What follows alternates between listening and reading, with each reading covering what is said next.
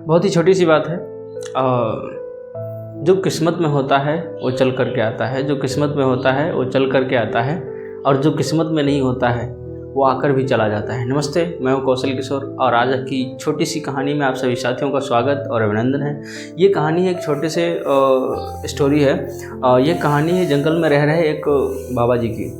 बाबा जी जंगल में रहते हैं, कुटिया बना करके अपना नित्य कर्म करते हैं और सुबह स्नान करते हैं, ध्यान करते हैं और भगवान की प्रार्थना में लीन रहते हैं। एक समय ऐसा आता है कि जब उनकी मुलाकात एक सज्जन से होती है, एक शिकारी से होती है। वो शिकारी आता है और उनसे मुलाकात करता है और वो क्या करता है कि शिकार करने के लिए आया हुआ होता है और जंगल में भटक जाता है, रास्ता भूल जाता है।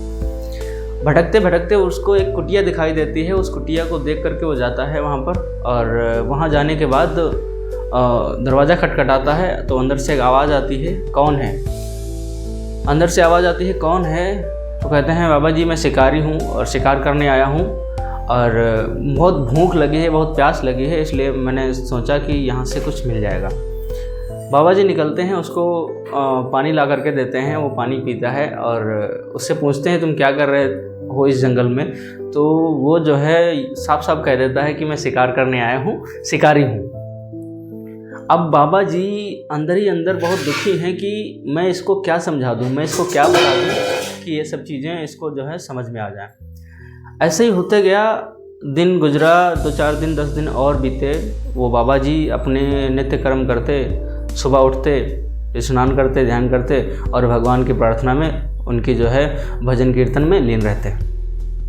एक दिन ऐसा ही होता रहा और उनको लगता है भगवान मिलेंगे नहीं। लेकिन एक दिन ऐसा हुआ कि उनके सामने एक महापुरुष आते हैं, एक सज्जन आते हैं, जिनके हाथ में एक डायरी होती है और वो डायरी ले करके वो जा रहे होते हैं। तब तक उनकी मुलाकात उन्हीं बाबा से होती है जो जंगल में रह रहे होते हैं। तो बाबा जी उनको देख करके, उनकी उत्सुकता थी कि चलो इनसे एक बार पूछते हैं, क्योंकि उनके चेहरे पे बहुत तेज़ था, चमक थी, एक तरह से एक अलग ही झलक थी। तो बाबा से रहा नहीं गया। बाबा जी उनके पास जाते हैं और उनसे पूछते हैं कि ये आपके हाथ में जो डायरी है ये क्या है, इसमें क्या है? तो वो महापुरुष कहते हैं, ये डायरी है और इसमें उन लोगों के नाम हैं जो लोग भगवान से प्रेम करते हैं, भगवान को मानते हैं।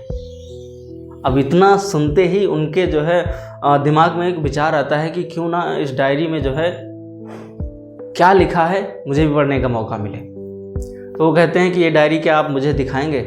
और वो डायरी वो उनको देते हैं। तो वो डायरी देखते हैं तो जितने भी नाम उसमें लिखे थे सबके अलग अलग नाम थे, लेकिन वो इतने बड़े भक्त थे, इतने समय से भगवान की पूजा कर रहे थे, उनकी प्रार्थना कर रहे थे, उनकी आराधना कर रहे थे, लेकिन उनका उस लिस्ट में नाम नहीं था। ये सुन करके वो जो है मुस्कुराए और डायरी दे दी और आगे चले गए। 1 दिन बीता, 2 दिन बीता, फिर से उसी जगह उसी महापुरुष से उनकी मुलाकात दोबारा से होती है, लेकिन इस बार उनके हाथ में डायरी दूसरी थी। ये देख करके उन्होंने फिर से वही विचार सामने रखा कि ये डायरी में क्या लिखा है, इसको मुझे दीजिए। तो कहते हैं, ये डायरी एक जैसी है, आप उस दिन भी एक डायरी लिए घूम रहे थे और आज भी एक डायरी लिए घूम रहे हैं, ये क्या है इसके अंदर? तो उन्होंने उनसे कहा कि आज जो मेरे पास डायरी है इसमें उन लोगों के नाम हैं जिनको भगवान प्रेम करते हैं। गौर से सुनिएगा, ये उस डायरी है, ये वो डायरी है जिसमें उन लोगों के नाम हैं जिनसे भगवान प्रेम करते हैं। तो कहते हैं कि उस डायरी को जब उन्होंने खोला और उसमें देखा तो पहले ही पेज पे सबसे पहला नाम जो लिखा था वो उन बाबा का नाम लिखा था।